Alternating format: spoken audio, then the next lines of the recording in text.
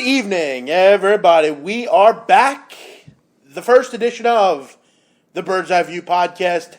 I am your host, Jeff, and they call me the Big Man on Campus. I'm here with my co-host, Ryan D'Amico. We are two passionate Philadelphia Eagle fans, and we're here with a new premise, Ryan. If you're familiar, normally we love to talk about sports betting and college football and everything else, but we love the Philadelphia Eagles, and we felt you and I had talked about doing it for a while, and we figured, why not get it started up?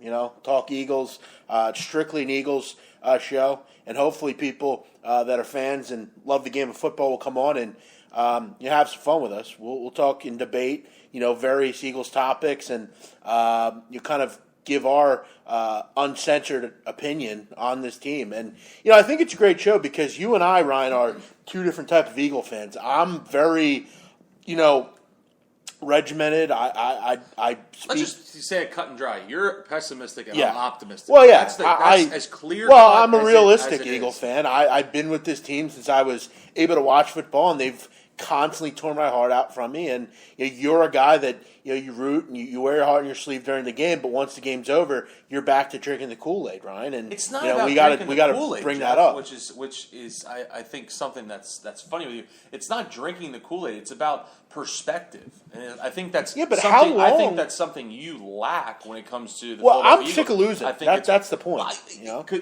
You're not the only one. So I'll put that out there. You're not the only one. The entire city and fans across country, everyone's sick of losing too. But one thing you have to realize is, one, coming into the year, they weren't going to win this year. Two, 7 games now into the year, they're still not going to win this year. I mean, like win a Super Bowl or win, long success here. But 3, you have to realize they're exceeding expectation, and that's a good thing, and that's a good start with a rookie head coach and a rookie quarterback. Say what you want about this team. Say what you want. Say their quarterback just dinks and dunks. Say they're not built for success right now. Say their defense is overrated. Say what you want. This team has exceeded expectations, and in my eyes, is going in the right direction. And I think with some key contributions from the draft next year and free agency, they can continue to take steps forward. Yeah, I don't know where you're at. I don't know where you're coming from here. This team should try to win every year, and I'm sick of the whole we're exceeding expectations and we're farther than we should be. They are trying to win. What are they rebuilding for? They've never won anything. It's always something with this team. They're rebuilding from being one of the worst teams in the league last year. It's always something with this team. Look, listen. So I want to tell you something. You Ryan. expect not just the Eagles. No, you I expect right now to win. How? And they've had the opportunity to win, and they've blown games. That's not possible. What's that not possible from being a team? They were 5-2. What are you talking about? If they win this game, they're one of the best teams in the NFC. They lost this game. So because they let a game slip away, this is what they do. So you're telling me if they would have won, you would have labeled them one of the best teams in the NFC. But because they played great football for 3.5 quarters, I'm telling you this year. I'm telling you this year, and it's been a constant thing with this team. They blow games that they really need. When it's time to put the tap shoes on and dance, they screw up. And that's what they do. They have. And I'm sick of it. Well, so far I've had it. Yeah, 2 games got away from them that they should have won. But, they didn't. And look. And I'm asking you as a fan, how can you keep every year buying into this shit every year? It's not every year. This is a totally different team. This is a totally different coaching staff. How? It's totally same players, it's though. Different group of same players. The most important position on the team is different. Skill players are all the same. Right. Because you give them no weapons. This offseason they invested in getting a quarterback, which they succeeded in. Yeah, well, I guess you get a Ferrari and don't put any insurance on it. That's the key thing to do there. You can't do it all at one time. Remember when they tried doing it? Remember when they tried doing it one time? Do you remember that? No, I don't. You don't remember the Dream Team? Remember they tried doing that? That worked out well, didn't it? When you try to listen. Ryan, this is where you're hypocritical. I'm not hypocritical. That's how it is. It's the truth. As you know, you ask Jeff. Let me say something. We're not having we're talking about what kind of fans we are right now. We're not talking about. We'll save that, Ryan. I just want to point out you're a fan that I'm optimistic. I'm an optimistic person. So thereby, I'm going to be optimistic. Ryan was optimistic with Chip Kelly as well. He was extremely optimistic. I was. Who wouldn't be? It was a pathetic group. He won 20 games over his first 2 years. Who wouldn't be optimistic? I mean, really? I mean, you win 20 games over your first 2 years as a first-time head coach? Sure. But how's that worked out Sure, for you him? should be optimistic. Yeah, How's that worked out It for him in didn't the work league? out, but, it was off to a good start. Listen, all you national people don't get what I'm saying. Sure, you can't tell him. No, you can't. You can't. I have nothing to say about the quarterback. Nothing. I have nothing bad to say about him. It's every year we hear the same shit, the same bullshit, and it's always the same thing. It's always, well, wait till next year. This team isn't winning anything. Wait till next year. It's always wait till next year. Guess what, Jeff? Guess Okay? how, I'm guess how sick many, of it. Guess how many teams can win the Super Bowl every year? Only one. And it won't be the Eagles for a long time. 31 other teams are saying the same thing you are. Right. That's just the way it is. That's Right. sports. They trade away. That's actually a great point. Why was DeMarco Murray traded? Why was that done? I hear you. I mean, this team still has nothing at running back. Probably because he didn't want to be here, and he would have been a cancer, similar to a guy you wish was traded, Michael Kendrick. Well, he didn't want to be here because Chip Kelly. He didn't want to be here. He didn't jive with Chip Kelly. It seemed like But it went a little deeper than that with the whole let's beef with Jeff Lurie. Let's thing. jump into last week. Obviously, Eagles lose 29-23 in a game that is one of the worst losses this team's had for a long time. And this was a bad loss. We talked about it Sunday morning on the NFL preview show for Week 8. We talked about or Week 7, I'm sorry. We talked about that they really had the world at their ankles. They had the seashell, Ryan. They could grab it and walk away with it, and they didn't. They played well for 3 quarters, as you said, and then like always, they play well in the third quarter. But in the period that matters, they don't play well in the fourth quarter. And where do you start? I'm going to start with this. I thought Doug Peterson's done some good things this year. Doug Peterson's done some head-scratching things this year. This was not only one of the worst coaching games I've ever seen, but probably the worst coaching performance I've seen in a long time in this town. I thought he was brutal. I thought it was Andy Reid 2.0. I thought, you look at Ryan, not only not going for that field goal from 53 yards, which you could agree was an asinine I think idea. everyone would agree with that. But you could argue the play before. What the hell were you doing there with the screen there? Well, I think. What were you doing? I know you'll say this, but this is not me making an excuse. This is me thinking kind of on the fly. And I'll point Trey out. Trey kind of alluded to it and was thinking the same way I was thinking. I saw he tweeted it after the game addressing someone that brought it up, which was on that play, one, it's a low snap. Wentz scoops it up. Wentz made it clear it didn't matter to him. I'm sure, I don't want to use the word panic, but perhaps panicked a little bit. That was his hot read on that play. Obviously, is the swing out. It wasn't a hot read. That was the play called. Out of the backfield. Well, that was the play called. Are we sure about that? Yes, Wentz and Doug Peterson both confirmed that was the play if that's call. the case, then yeah, that's an issue. Then that. Yeah, and I didn't know if you didn't know that. I thought you knew that. Then that's a bad play call. Right. That you can't have that play. And if you want to do that play call, I get it. But to the short side of the field makes even less sense. Right. Thank you. Ding, ding, ding. And Philly guy's right. They did get caught with their pants down right there. That was a horrible play call. They were in field goal range. You kick the field goal there, you go up 10. But they're still in field goal range. Right. And then that play's irrelevant. And that compounds it. They lost some yards, yes, but they're still in range. And that compounds it even more by not going for the field goal there, which made no sense at all because it's not like Caleb Sturgis hasn't been automatic. This kid's been fantastic here. And not for nothing. Right before halftime, he made 2 field goals from the same distance. Yep. So, let me tell you something. You can't get by there with me with that one because there's no excuse in that situation. None. Doug Peterson, for whatever reason, and I've seen it not only in this game but in previous games, he plays not to lose in the fourth quarter. He doesn't go for the throat. He doesn't, say, you know what, we're going to step on this team's head. He doesn't do it. He runs the football. He's conservative. We saw it in Detroit. He ran the football, was conservative, didn't go for the throat. Carson Wentz, even after the field goal, had ample opportunity to march his team down and get a field goal, and he couldn't do it. On the flip side, though, defense also had ample opportunity to kind of put this game away. If Leonis McKelvin, who not once but twice comes up with some interceptions and can hang on to the football, we're probably not having this discussion. Right. They're defensive backs. Jeff, They're not truth. receivers. It's the truth. Okay. You're a defensive, but you're expected to make that play. there's always two sides to every coin. I'm not sticking up for Peterson. I'm not sticking up for Wentz. All I'm saying is looking at what is in front of us. If Leotis McKelvin makes that interception on the final drive on a poor play by Dak Prescott, who got flushed out by Malcolm Jenkins, gone his way down, throws it to the sideline. Leotis McKelvin goes right through his hands and hits the turf. If he picks that ball off, guess what? Game's over. No one's talking about anything.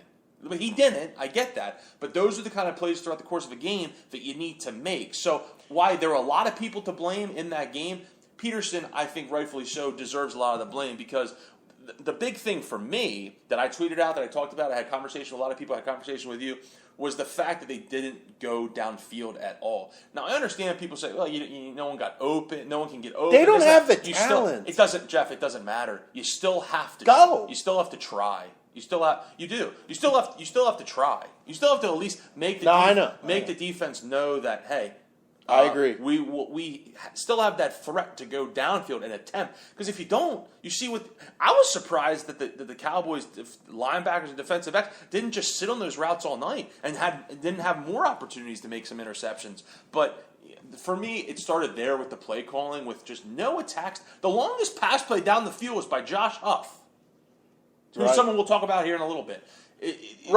flea, and that's a problem. Right, and it was done by a guy, Josh Huff, who best gambler. Stop. Okay, we'll get to that. I mean, really, it's not like Josh Huff is. You clearly haven't watched the first. How many games of the season? And it's not like Josh Huff is a former quarterback or something, a guy that can, he's made to throw the ball. Best gambler. I agree where Ryan's coming from. I don't know what you're talking about at all. I don't know if you watched his media day. Did you watch that, Ryan? I don't know. Even though that's not a game situation, I don't know if you've watched any of their games. Right. Best gambler, you're totally he's completed wrong. Several of the passes he's went downfield. Right. He has a high completion percentage downfield. Doug Peterson, and it'd be even higher if the receivers, and he has multiple drops on those plays. Doug Peterson just doesn't throw the ball downfield. Exactly. That's key. And I'll relate it to, if you don't want to throw the ball downfield, it's partly because you don't trust that the receivers can get open to go downfield. Then why didn't you make a change to the deadline to bring someone in that can go downfield? Ryan, listen to this. Okay, these are the receivers the Eagles are going to work with down low. And this is the next issue I have with this team. I said coming into the year, I thought the skill position players in this team were terrible. I didn't see any. Ryan Matthews doesn't do anything for me. Darren Sproles, he's about the only guy that I look for. And even Darren Sproles, no offense, Darren Sproles should be running every play. Which, if you watch Sunday, he was our feature back. He's too small. He's old. He's small. He shouldn't be running every play. Wendell Smallwood's a rookie. Kenyon Barner's a second or third option. He's not a guy I want to deal with. Then you look at the receivers. Jordan Matthews, a slot receiver. Okay, he's okay. I don't knock the guy. 38th in the league in receiving yards, whatever. 38th, that's your top receiver. Nelson Aguilar, we gave him a pass last year, but if you notice this year, hasn't done anything. And if you remember coming out, that was Chip's guy. Chip took him. Chip took him from a Pac-12 school. Dorial Green-Beckham, character issues. We don't know where he is as a receiver. A lot of drops. You agree, and I think I want to go with what you've said to me. I think he's probably your most sure-handed receiver. He's their best receiver, and for whatever reason, they just don't use him enough. Throw it off. Right. 5 catches for 55 yards. They get down the red zone, and he's like, they don't use him. Yeah, I'm a big fan of Green. I like Green Beckham. I think he's big. He's kind of the guy that, I think if you could just get it to him more, make him the number one receiver. He had a bad drop the other night. I mean, he did. He's not going to catch everything. But I still think he's their most talented. So you're basically Aguilar, DGB, and Huff, 111th, 121st, and 217th in receiving yards. Those are your receivers for this year. Yep. Then you had Zach Ertz in there who, he's another guy. You give him a pass for a year because he's a rookie or whatever, and, we saw flashes. But the only flashes we saw were against the Redskins in the 16th game of the season, and no one gave a shit. Can I toot my own horn or what? But Zach Ertz is no good. He has no talent. He's slow as hell, and he can't block. The only thing about Zach Ertz that bothers me, and look, I don't have access to much game film. I don't break down film like some of these media guys are able to do. I don't do that. I don't have time to do that. I've started to come off the Zach Ertz kind of bandwagon, I guess you could say. The only thing that I wonder is is Wentz and this offense just not targeting him, or is it the fact that he's staying in a little bit more, which I don't think it is, or is it the fact that he's just not getting open? The biggest issue I have, though, is whenever he catches the ball, he just can't make anyone miss, and that is an issue. Right. If you're going to be an athletic tight end, quote-unquote athletic, which is the kind of player that he's labeled as, because he's not a blocker. He's just never been. And at Stanford, he was a mismatch. That's what he was, and that's kind of what they expected when he came here. If you're going to be that kind of player, you have to be able to make people miss, and he just doesn't. I mean, he flat out doesn't. Yeah, Like, he's very I'm being serious. I don't know if I've ever seen him make a guy miss, and that's a Right. problem. And until they and that's the reason, and that's kind of where you and I differ from with this team is, going forward, obviously you would expect them to address that in the offseason and going forward. Hopefully they do. If they don't, that's obviously will be an issue. But I would expect going forward for them to kind of address that and say, look, our skilled guys just aren't making enough plays. We need to address this. And I think It should have been addressed today. It should have been addressed today. If you think... No, listen. But do you really? It's just a draft pick. Do you? I mean, that's where you. But that's where you win. It's But that's just where a you draft win. pick. But that's where you win. You win through the draft. Okay. Well, listen, I'm going to tell you right now, if you want to do something this year, which they think they can, they should have made a move today. That's all in all, that's exactly what should have happened. I just don't think this team is capable of quote unquote winning anything right now. So I personally don't have a problem with them not mortgaging away from the sounds of the reports that were coming out today. San Francisco wanted a third-round pick for Torrey Smith. Sorry, I ain't giving you a freaking third-round pick for Torrey Smith. Sorry, ain't happening.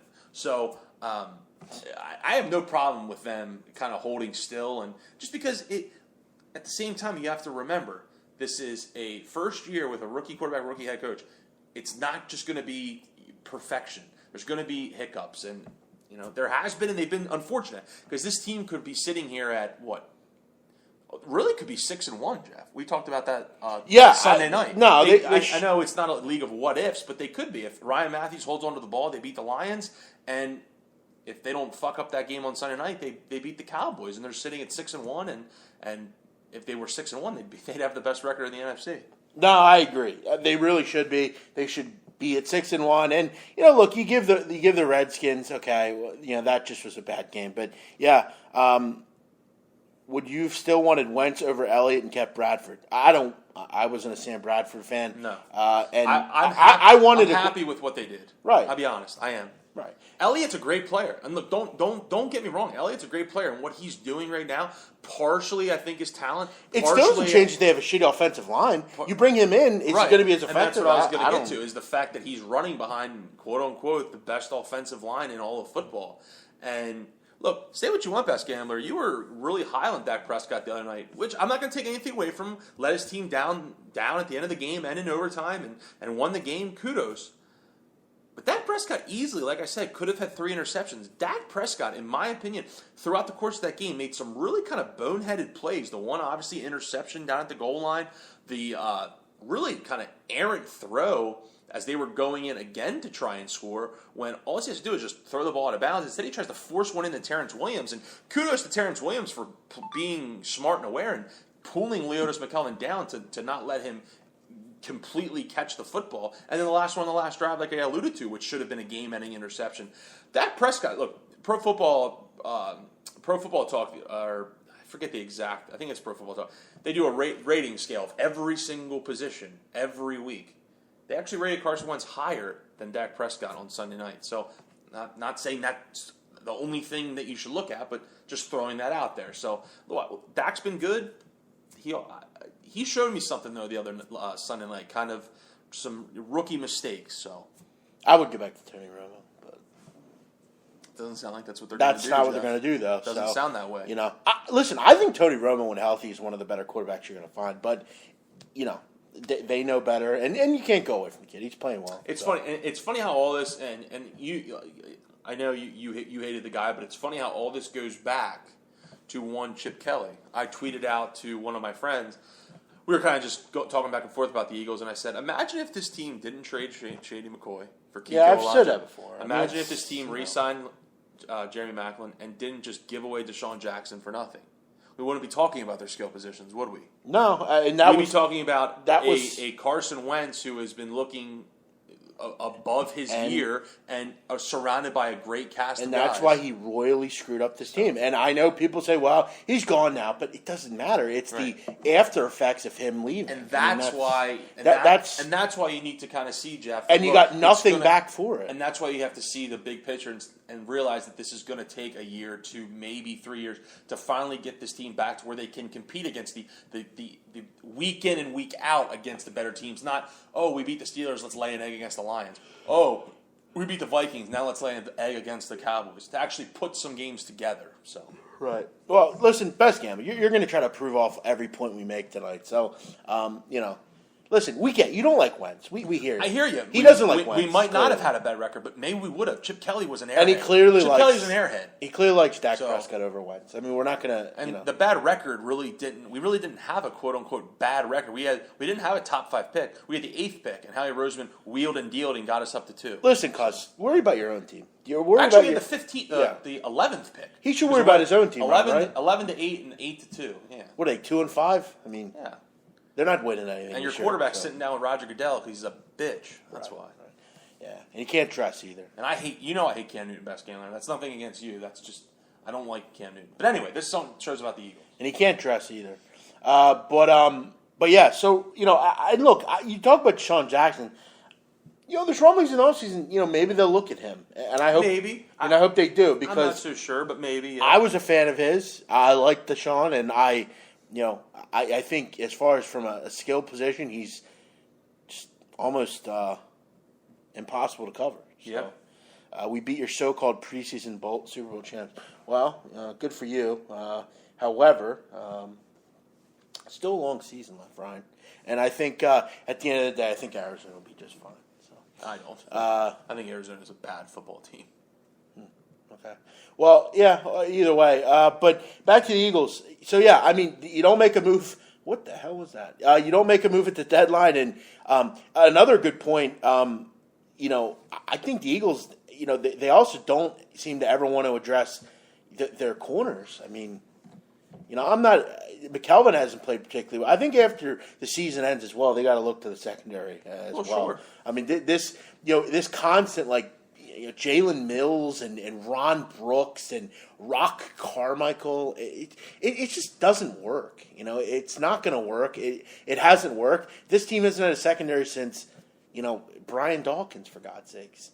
I think Jalen Mills, for what he is, has actually played pretty well so far this year, to be honest with you. I mean, he's a rookie, and he's going to have some he's not a first-round pick, so he's going to have some... 7th round. He's going to have, right, and he's probably more talented as a 7th-round pick. The quote-unquote character issue, not the character, it's the injuries in college kind of brought him down. So he's probably like a 5th-round pick, but even still, he has played, I thought, better than the 7th-round pick that he was, and I think he'll get better. He's shown some, flashes, and he's not afraid of anyone, which is a key for a defensive back. But you're right, Jeff. As far as the other cornerbacks go, I think Nolan Carroll has played well as well. But Ron Brooks, who he's hurt now, but when he played, didn't really show me much. And likewise with Leodis McKelvin, he's clearly past his times of being as a starting cornerback in this league. 3 things they need to do in the offseason, in my opinion. The cornerbacks, the offensive line, and wide receivers, I think, are the big 3 need to key on. Offensive line as well. Or I said offensive line, sorry. But yeah, I mean, they have to go out and get, a tackle. I mean, Lane Johnson is elite, but, with him not being in there, you're clearly seeing the. But they've played well the last 2 weeks, Jeff. They have. The offensive line's played well. You can't say, look at the last 2 weeks, well, they beat the Vikings, but other than the Redskins game, which was a big problem, you can't say the offensive line was the reason they lost on Sunday night. I would hope they would move away from Jason Kelce at some point. He has just continuously made it difficult. I mean, if he makes I know it's hard for him to get out, but if he makes a block on that screenplay, that could have been a big play. That's impossible. There is no center in the league that can snap the ball, run midfield to the sideline, and try to cut off Sean Lee. That's just not possible. And listen, I don't hate their offensive line, actually. I think they're better than... They've played well. I mean, I like Wisniewski. I think he's decent. Barber, Brandon Brooks, who they brought in. Tobin, or not Tobin, I mentioned Barber. I like their... I don't think it's that bad. Peters is still playing well. Right. But, I don't want to see any more of Michael Kendricks. I don't think he should see the field much. The guy's a cancer. He's a negative person to be around. I don't want to see him anymore. Their linebackers are bad, I think. They're not great. Hicks is decent, I guess, but Bradham is not great, and he's an off-the-field issue. I think Bradham's had a good year. The off-the-field thing kind of maybe worries you kind of going forward if that becomes a trend. And Hicks has played well, but that last spot is a big question mark. Yeah, Tulloch has been non-existent. They didn't think he would do much, and he hasn't. But, yeah, I mean, they have issues. But I just, that game Sunday is frustrating. I mean, because you had the game in your pocket. All you got to do is kick a field goal. I just don't get why you don't kick a field goal. I think that's why it makes... That's why it makes the two losses of all the issues this team has that we've been talking about, right? All the problems, whether it's that, whether it's... This team seamlessly gave away 2 wins, and they've won 4 games and could have won 6. So, I mean, that's another reason why I think they're possibly, why I think they're moving in the right direction. I do. I think they're moving in the right direction. And I mean, it's interesting because Doug Peterson said, well, we wanted to flip field position, and we wanted our defense to kind of make some plays. So you change your field position by about 20 yards. Still, maybe? Yeah, you got to kick the field goal there, and the defense has to make a stop there. All you need one stop. You just need one stop. Right. And partially, I don't think someone that I don't think has really kind of took a shoulder to blame this week that I haven't heard anyone pointing out is Jim Schwartz. Jim Schwartz caught a great game. I mean, he got to Dak Prescott. He had Dak Prescott. I don't want to use the word rattled, but he did. He got to Dak Prescott and made him look more like a rookie than any other game this year for 3.5 quarters. Right. And then with 6 minutes left, a drive that is for the game pretty much.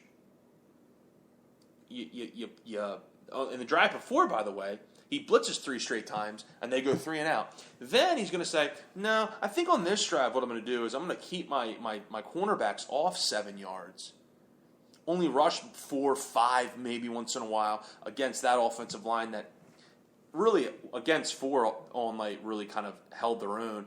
And just let Dak Prescott sit back there and let his playmakers, Beasley, He Bryan, can look really good at times and look like, what the hell are you doing on defense? And that is something I'm surprised that people hasn't talked about, was that last drive, defensive play calling wise by Jim Schwartz was, in my opinion, just not good at all. Yeah, he's had some really good, situations this year, and he's had some really poor ones as well. But he's the least to blame. I mean, he's I hear you, but with what he's had. Plus, we could also point out they have not gotten any pressure at all. I mean, where's Fletcher Cox? Where's this all-pro defensive tackle? Rightfully so, though. He actually did play a good game last night. A couple guys I follow on Twitter that break down game film and stuff. One said he was double teamed majority of the game, which, I mean, he's only human. 1 against 2, I don't care who you are, that's a tough battle. And 2, he played really good against the run. And I think you're also seeing Benny Logan not being in there hurts them on the run game. That's a good point. He is not. They have not played well in the run game since he's been out. But I think they held their own pretty well against Ezekiel Elliott. Yeah. I mean, you can't. If you came into this game and you said they were gonna, I'll get it up here in a second, and I don't have it in front of me currently. But if you came into this, under 100 yards, if you came into this game and said that you were going to, Ezekiel Elliott had been running for 130 yards or more in, I think, 3 or 4 straight weeks, and you came into this game and said, well, on the road, we're going to come in here and hold Ezekiel Elliott to, like you said, under 100 yards. I think every Eagles fan, Ezekiel Elliott, 96 yards on 22 carries. I mean, if you would have told me those were his numbers, I would have said, Eagles probably won. 4.5 yards a carry. They probably won the game. Right. Yeah, I don't think they're to blame. The people to blame right now are the receivers because of the constant drops. And it's not once in a while they're dropping the ball. It's every week. Since last year started, every week you're dropping, a ball that you need to catch. You're making it much more difficult. And, and they're not throwing the ball downfield. They're not, I mean, I heard, for instance, you look at Wentz's stats. I mean, it equated to, literally 4.5 yards per pass. I mean, that's not any. Nah. You can't win in the NFL doing that. And really, it's unfair to blame Wentz on that. No, because if you look at the plays that are called and the excuse me, and the design of the routes, the receivers aren't running 15, 12, 10-yard routes. I mean, like 15-yard routes. They're running 4, 7, 10-yard routes. Everything within a 10-yard box. And the fact that they were even winning is pretty mind-boggling. The fact that the way that Peterson called plays, and I thought Peterson at times this year has been a great play caller. And I've even heard you echo those. No, he has. So but it's the wide receivers hurt you last year, and they ultimately drove Sam Bradford out of the town. I think. I mean, that's partly one of the reasons he couldn't make any plays. They have no talent at the skill positions. I mean, it's just best game where asked the question: do you draft a wide receiver or do you go after one in free agency? The big wide receiver free agent this year will be Alshon Jeffrey. You got to think he'll command obviously a high price tag. So depending on where their cap is, that you can't really answer that question. Me personally, I would like to see them draft a receiver, draft a young guy. I think there's some wide receivers in this class. One that I'm particularly high on is Mike Williams from Clemson. I really like Mike Williams from Clemson. I really like him. I think he transitions well to the NFL. He's a big body guy for one. I think he stands like 6'4", really quick, speed guy that can also stretch the ball downfield, which is something this team is lacking. And he's pretty sure-handed. And the games that I've watched Clemson a fair amount this year. They've been on prime time a lot. And he seems to catch everything that comes his way. We clearly watch a lot of college football. Over the last, let's say, 3 years, other than Amari Cooper, has there been a transcendent talent at wide receiver, really? And that's kind of my issue. Like, I would disagree. I think they should go out and get out. I think they got to make a play to go out and get a big time receiver, because last time they did it, it worked out pretty well for them. They went to the Super Bowl, and this it reminds me a lot of when McNabb was here. Early on in McNabb's career, they had some growing pains. They weren't very good. Right. They had some decent running backs, but they just didn't have any wide receivers. Torrance Small and Todd Pinkston and. Right. Go out and get Terrell Owens, and look what happened. Right. You go out and get a big-time receiver, and you go to the Super Bowl. Oof. You might have to address it instead of waiting on it, because there aren't many. Julio Jones hasn't been in the last 3 years, by the way. I'm talking about the last couple of years. There really hasn't been that many great wide receivers to come out. So I'd like to see them go after like I said, I wouldn't mind. I don't care how they do it, as long as it's kind of in the budget. And I don't know what their cap number is. I think I saw their cap number right now. They're sitting currently, and that's just right now. Obviously, that will change at year's end when people come off the books and everything. Contracts come off the books. But right now they're sitting $9 million in cap space, which I think, if I counted correctly, was good for like 7th in the NFL. So that's obviously relatively high. So it'll be interesting to see what they do as far as the direction they go, whether it's free agency or the draft. But wherever it is, it's clear they need to do something. I like this kid we're looking at right now, Corey Davis. Small program, but I mean, he's a good player. Yeah, he's a good player. I think he. I know, and I've seen some people say they think he'll transition fine to the NFL, even though he's coming from a small school, because what didn't hurt Antonio Brown. He came from the same conference, He did. So, I don't think it matters what school you go to. Yeah. If you can play, you can play. And, we've learned, this MAC conference isn't a pretty good conference. So, right. But they're going to have to address it at some point, and I think they will. Jeffrey Lurie was watching that game on Sunday. Sure. He saw what was going on, and I just don't think this group you have is gonna do it for you. That's my big thing too. Is I just keep thinking to myself that this team just gave away 2 games, and until this team kind of learns to finish, which is you learn how to do.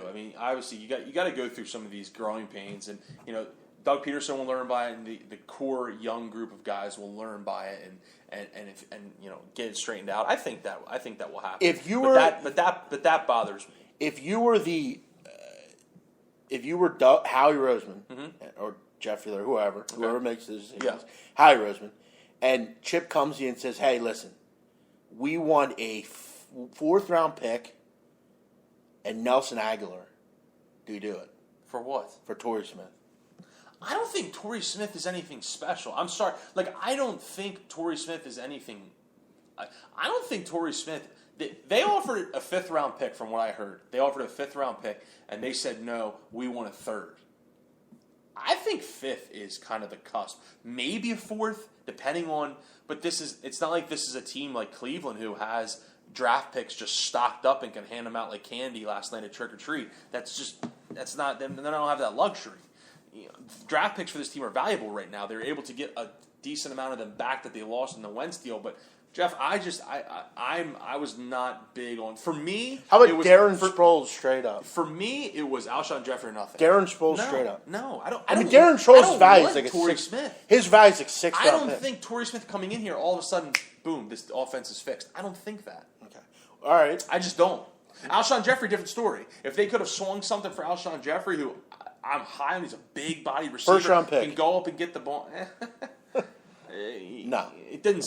From the talks of media outlets and ESPN guys, CBS Sports guys, it didn't sound like he would have commanded a first round pick actually. So, but it is what it is. One person we probably won't see around here is Josh Huff going forward because Josh Huff was on the chopping block anyway. I mean, he's been another very average player, special teams guy. That's all he is. Right, and he's made a play or two on that end, and that's all he is. He touched the ball once in a while, he makes something happen. Jet sweeps and right, but stuff. He has done a lot more dumber things than most, and it all came to a head today on the Walt Whitman Bridge. And if you're not familiar with Philadelphia, the Walt Whitman Bridge connects Camden, New Jersey, with South Philadelphia, right by the sports complexes. If you're going to Atlantic City, that's how you would get there. And that bridge, very big, obviously.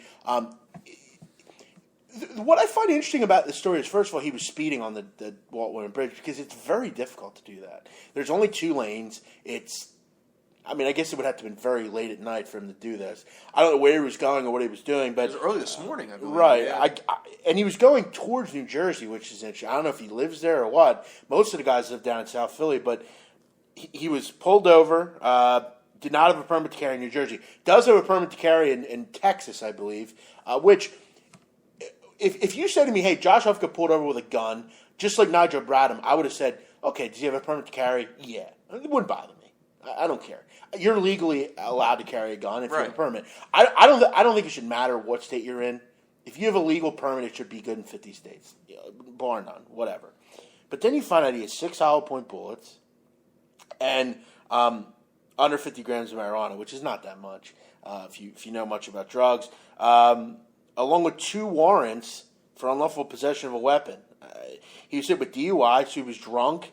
Obstructed view because he had tinted car windows. Who cares about that? But he was going 63 to 45 over a bridge, which is kind of dangerous, especially that bridge. We've been over that bridge. You've been over that bridge. It's pretty dangerous. And we saw with Jahlil Okafor. The problem here was Jahlil Okafor didn't have a gun, and he didn't have weed or was drunk. No, he was just speeding. Right. This is a big problem because not only has Josh Huff kind of become expendable in a way, but he's not really a guy that should be doing this sort of thing, and he's not really able to be doing this sort of thing because he's not a star player.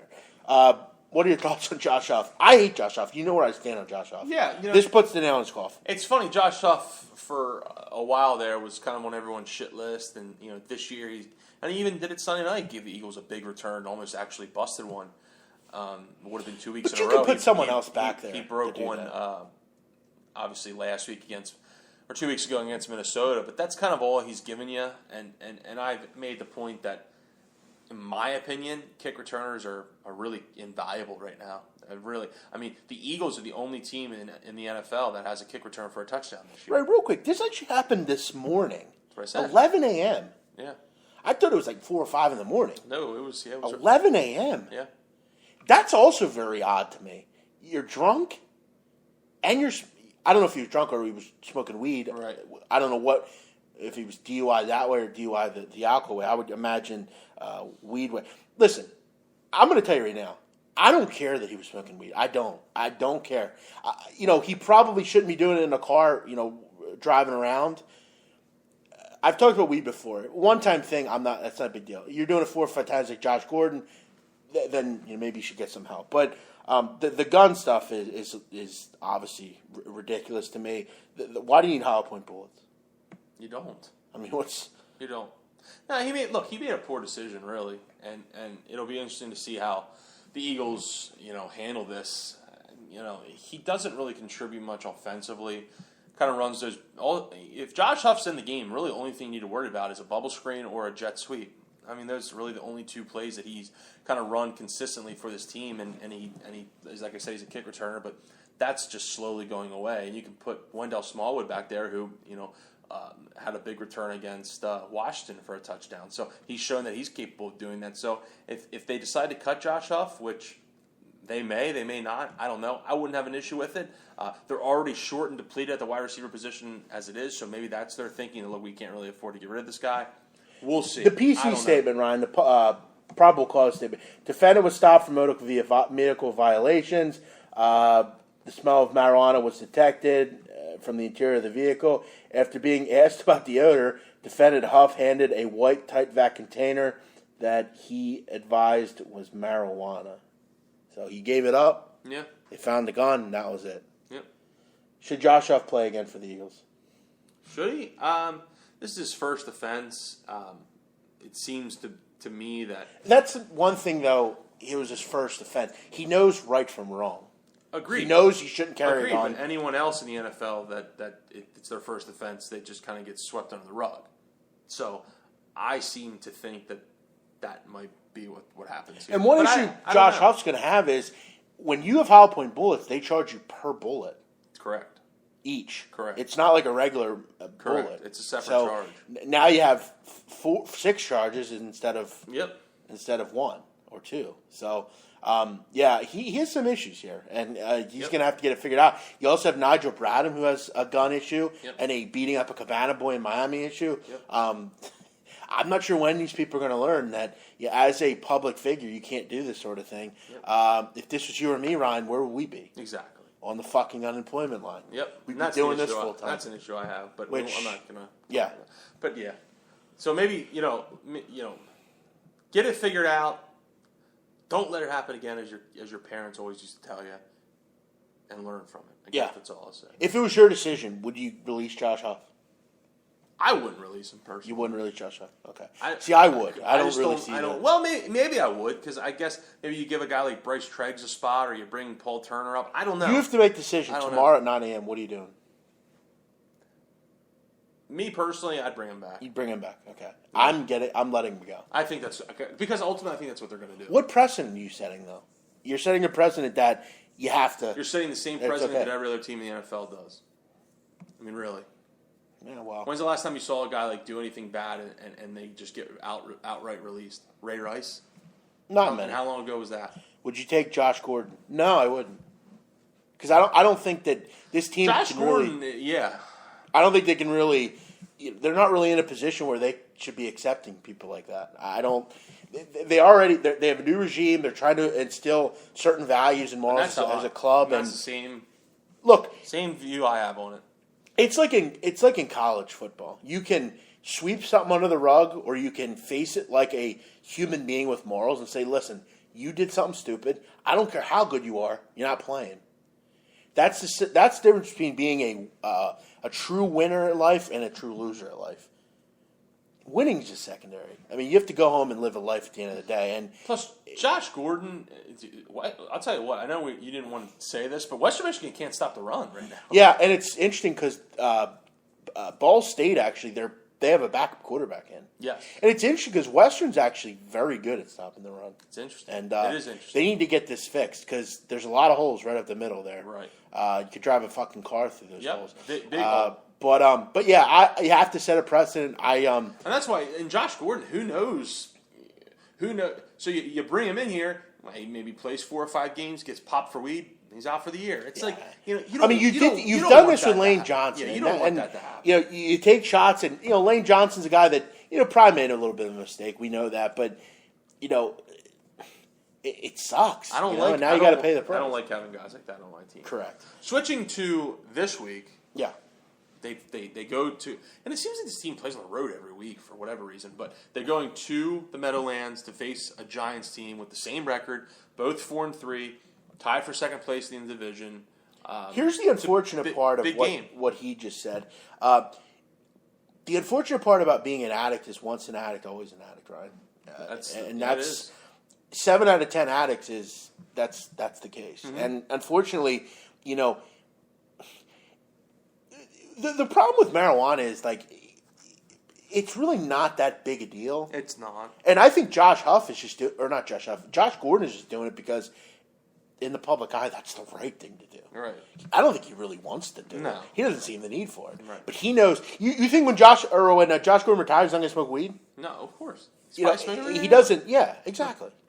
And unfortunately, Josh Gordon has made it clear that marijuana and drinking and Johnny Manziel is pal. Yeah. That's more important. Yeah. But you're right. This week it does seem like they play on the road a lot, which Yeah. I think they're upended early. They They played are. on.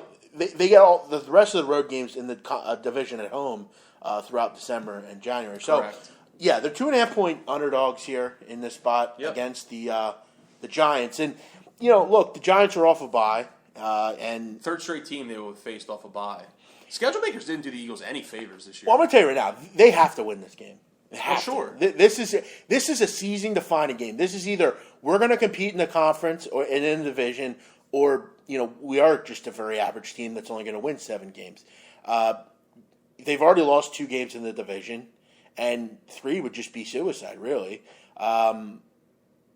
That's a big play. It's Corey Davis, yeah. But look, they have to win, and when this team's on the road, I don't really say much of anything because I don't think they're Yeah. very good on the road. And Eli, he has some weapons, and they're starting to play better. These are the best 3 receivers he's had in a while. Thing is, if you can just key in on the receivers, they have nothing as far as in the run game At all. So, and they've been notorious At for all. having no run game over the years. Offensive line's very average, and defensively they're a very average team. They should win this game. I think Really should. I think they should win. I do. I really think they should win. That's a this game. good point by BG here. They're not good off a bye either. Yeah. Unlike some teams, Eagles, Chiefs, good off a Right. bye. They're not. Yeah, I think they should win this game as well. And I actually ultimately believe I do. I think they are going to win this game. Giants, I'll be honest, they're 4-3, and you really kind of have to wonder how they're 4-3. I've watched a few of their games, and they really haven't impressed me much, really at all. They spent, how many millions of dollars on the defensive side of the ball this year? That really hasn't done much for them. And by the way, I'm not a big Ben McAdoo guy either. No, I'm not either. Early on Look, here. they're coming off that London game where they fell down 10-0 to the Rams and seemed to just be playing like crap. And if Case Keenum isn't, And if Case Keenum's not their quarterback, they probably lose. They would probably lose that game. But they beat Dallas week 1 and they beat New Orleans week 2. They close lost to games. Washington. They lost to Minnesota. They lost to Green Bay. They beat Baltimore and they beat the Rams. All their wins are. they don't really have a true. Besides Dallas week 1, in my opinion, they don't have a great win on that schedule. And they haven't really kind of wowed you. They've had the whole ordeal with Beckham and Eli Manning's been okay. Obviously, he throws his interceptions that he likes to do. So I think that there'll be positions for turnovers there. But and defensively, they are an average team. Yeah. Their secondary's but not great. Eagles should win this game. Sharps like the Eagles. They bet the Eagles from down to 2.5. So I like them here. I'll probably money line them. I like the Eagles in the spot. Ryan, before we go, we're not going to go crazy long with these shows. Just kind of setting the precedent every week. Tuesday evening, break down the Eagles, chat about the Eagles. Yes. There are certain people in this tri-state area that created a show like this, That are and they're now on. interested, Well, they're not, but I see what you're they're saying. Bleeding Green Nation's now on the Yeah, WIP. So right. you never know. Get it in the right ears. Maybe we get our little break, Ryan. Yep. So every week, Tuesday, 8 o'clock, 45 minutes or so, chat about the Eagles and kind of the goings on in the NFL. Ryan, we're 8 weeks into the NFL, right? I think 8. Halfway through.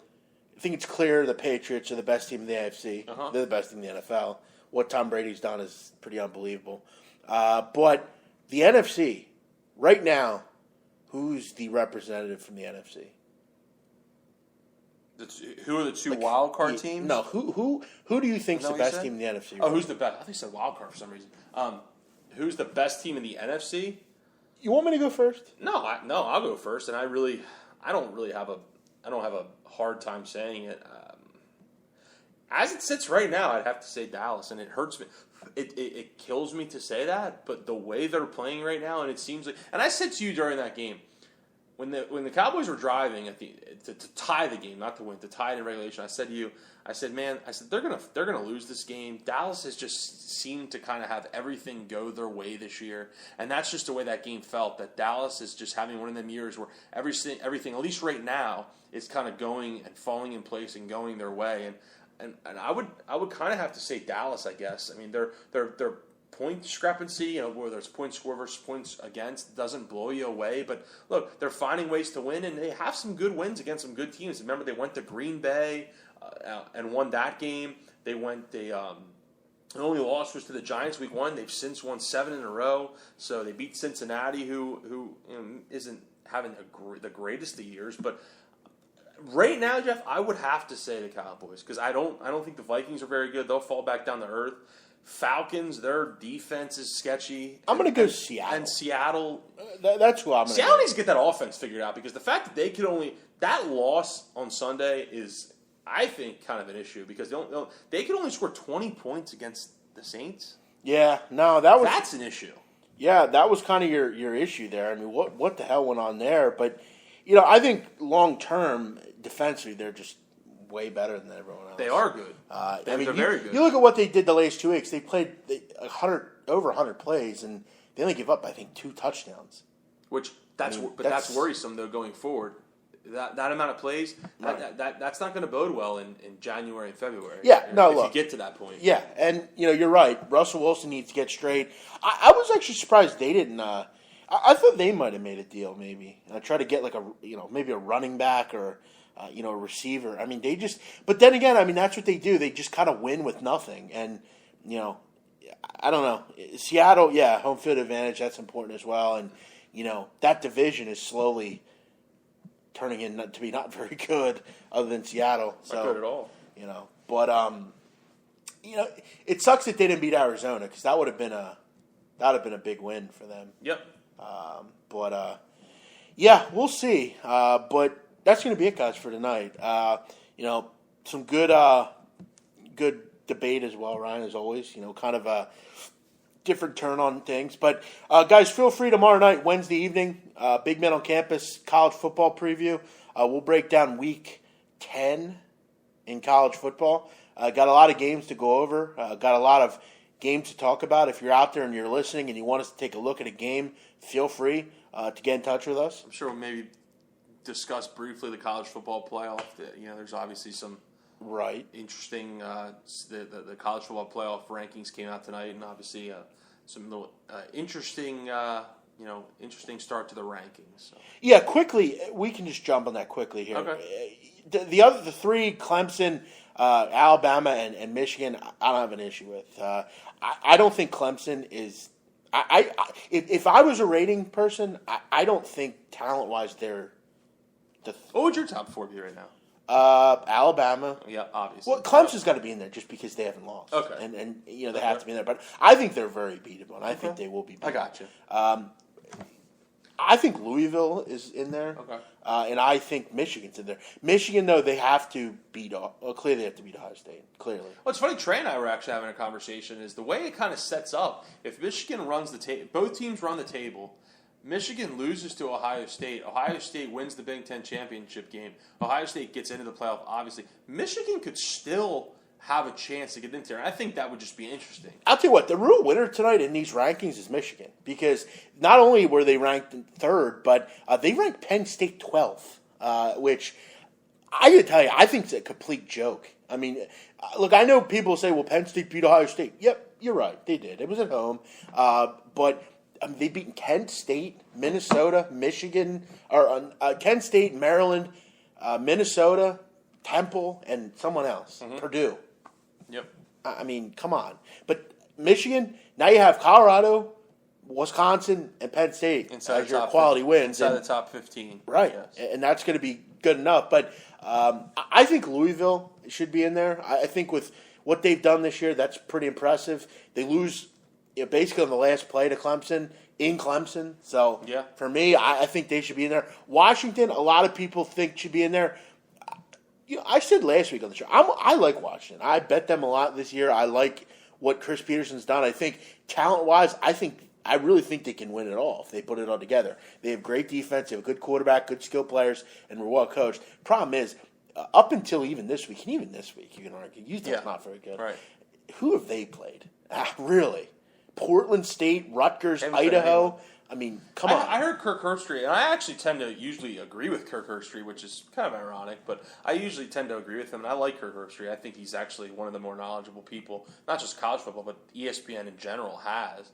And I heard him say that the winner tonight is one of the winners is Washington, and I tend to disagree just because at number 5, obviously he's using the whole adage that they're going to be motivated and they're the hunter instead of the huntee, but that just tells me too that look, they can't afford to lose. If they lose, they're done. If they were number 4, maybe they lose and maybe they benefit from someone else losing or whatever. But if they lose, they are done. They're flat out finished. So that, to me, is Washington now has a lot of pressure on them to finish the year. The schedule not overly difficult, but still a lot of pressure on Washington. Yeah, and look, I mean, they're 8-0. Obviously, they could have slipped up last week. If not for a punt return, who knows? Right. But you look at the rest of the way. I mean, they get USC or they get Cal this week. The game for them, and I'm going to tell you right now, USC. Okay, they better watch out because they've been playing well. USC is playing really well, and especially offensively. And I have to ask. I mean, look, and it sucked that they lost to Utah because I thought USC. I thought was, I think they're a team that could really kind of put some fear in people. I mean, other than Alabama, it's never not a bad loss. No, not at all. Sam Darnold's playing unbelievable. Playing very well. Washington better watch out for USC. Luckily, it's at home, but that's going to be a great game, Ryan. Come to think of it a little bit later. So you get Cal, USC, Arizona State, and then the Apple Cup, which they should beat Washington State. I mean, Washington State's good, but they should beat them. It's going to be a tough game. They crushed them last year, but again, they should finish the season 4-0. Yes. So I don't know though. Answer your best gamblers question just really quickly. If they all three have the same record in conference, which means they would each have one loss, that's interesting because Michigan would have the tiebreaker over Penn State, Ohio State would have the tiebreaker over Michigan, and Penn State has the tiebreaker over Ohio State. So I'm really not sure, best gambler. I really am not sure how to answer that question. I wish I could, but I can't. Well, it's not going to matter because, Ryan, who's going to win that game, Michigan or Ohio State? I still think Michigan will win. I do. Cool. Especially, and that's not me being biased, just the last couple weeks from Ohio State, I just think they've looked extremely vulnerable. Best gamblers just watch out for Auburn. I agree. That's could beat Alabama somehow. It's been a hot name the last 48 hours, 72 Yeah, hours. and another thing, that's a good point. I mean, Penn State lost to Pittsburgh. I mean, yeah. Can we talk about that? Right. But, by the way, real quick, in this Western Michigan game, Western Michigan backers get very lucky. Riley Neal, quarterback for Ball State, no talk all day that he wouldn't play in this game. All of a sudden, he's out. That's crazy. Playing. That's one of those patented. It Brutal. seems to happen on those weeknights. Yeah. It seems to happen, and Sharps were all over Ball State It's today. interesting that there's not some sort of injury report for college. They don't have like a notated injury report like the NFL does. Right. Because, if you could somehow find the key to like injury reports, you would probably do pretty well in college football. But yeah, so, all right, Ryan, great stuff tonight. As always, talking a little Eagles football. We'll be back next Tuesday with the second episode of the Bird's Eye View podcast. Yep. You like that name, Ryan? You came up with it. I came up with it, yes. You like it? I do. Kind of talk I do like it. It centers around, obviously, the Eagles, and it kind of cuts to the points. My concern is maybe people don't know what we're talking about. I think they don't know that we like the Eagles. But, yeah. Remember Grand Theft Auto? There was a Bird's Eye View. It was Grand Theft Auto 2, yeah. It was really a bad game, but yeah, so that'll be it. That's it. So, one last thing on the Eagles, Ryan. People asked me the other night, I put out that picture of Ezekiel Elliott and Cole Beasley. People asked me where that came from. Someone actually asked me someone actually asked me where that came from, and I made it clear I hate like Star Wars movies. I'm not into that kind of stuff. But there was a movie that George Lucas made about the Ewoks, and that picture was an Ewok, Ryan. Yeah, those were Ewoks. Yeah. One was not an Ewok. It's funny. The Cole Beasley one, kind of, but that other one looked does look like Ezekiel Elliott. Doesn't it? It's funny. Yeah.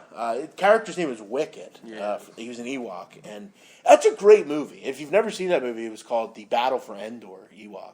It's a really good movie. So, all right, everyone have a great night, and we'll see you tomorrow as we talk about College Football Week 10. Feel free to catch that ride. It's just going to be me and you, all right? Oh, okay. So, Gotcha. Everyone have a great night, and we'll see you next time on Late Dinner. We actually had dinner already. Fucking Fred. We had Primos. Yeah. Ryan, what did you have? I didn't even look at what you had. What did you have? I had a meatball. You had a meatball hoagie, yeah. So did I. I had Eagles suck. Your Indians pick tonight sucks. Just quit. You're fat and you work at a bank. Thank God you don't actually bet the games. LOL. Well, thank you. Thank you. Jeff is fat. I'm actually going to go cry clever in my name. room after hearing that. I love the haters, Ryan. I love them. They keep me going. Yeah. They keep me going. Thank you, though, for that. Your contribution is duly noted. Cubs are up 3-0. Just pointing that out there to the They are. listeners. They are. Yeah. Great.